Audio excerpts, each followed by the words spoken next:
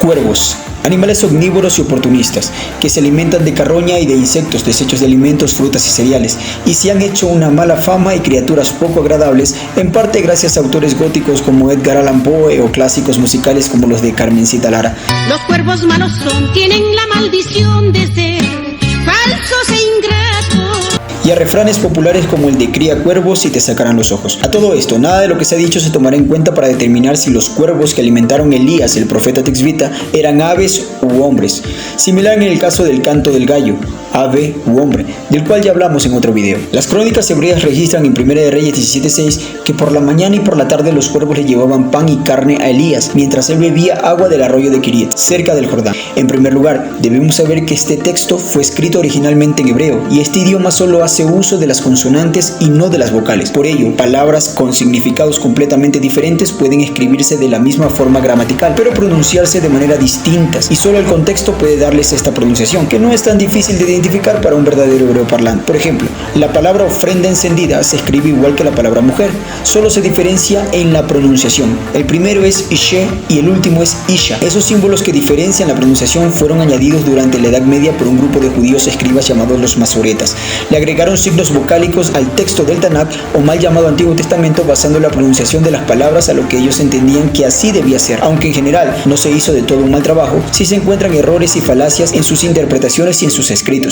El texto que nos compete aquí entra dentro de esta categoría. Las letras hebreas para escribir cuervos son estas: Ajin, Resh, Bet, Yud y Mensofit, y pueden pronunciarse como Orevim, que significa cuervos, o también como Arabim, que significa árabes, o los clásicos beduinos. He aquí yace la confusión. Y no es el único lugar. En Jeremías 3:2, la mayoría de las versiones de la Biblia dice: junto a los caminos te sentabas para ellos como árabe en el desierto. Reina Valera del 60.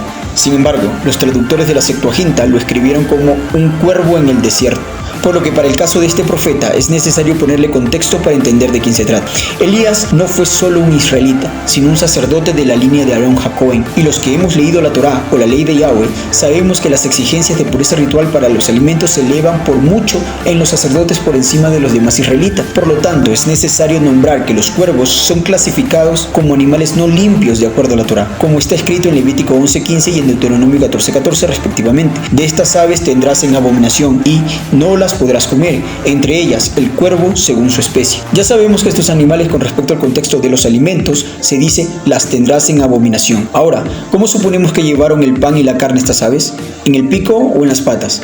Ambos son instrumentos que tienen constantemente contacto con la carroña, no solo de los otros animales impuros, sino de la carne mortecina de toda clase de reptil o bestia, de la cual no está permitida comer, así sea de un animal limpio. Éxodo 22:31. Y no hemos de suponer que las aves lavaron sus patas y picos antes de llevar el alimento. Y aunque así fuese, la purificación ritual no aplica en los animales, y menos en los impuros, por lo que el simple contacto con estas aves hacen el alimento incomible para un sacerdote que es consciente de ello.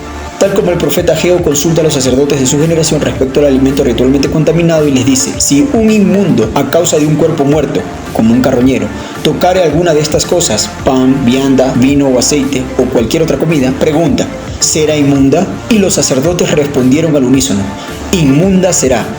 Por lo que vemos, un sacerdote no comería nada que unos cuervos transporten en sus picos o patas, aunque cual oso yogi lo robaran de un picnic. Por lo que nos resta ver las evidencias que apuntan a que estos cuervos realmente eran árabes, arabim. Estas tribus árabes o beduinos, una mezcla de ismaelitas con madianitas, algunos nómadas y comerciantes, al igual que los que compraron a José, hijo de Jacob, y lo vendieron a Egipto, se ubicaron limitando las tierras del reino de Amón, tal como nos cuenta Francis D. Nichols, comentarista bíblico, hablando de los hijos de Amón. Ahora, estos amonitas habitaban cerca del lado del este del Jordán, sitio donde acampó Elías en el arroyo de Kiriat.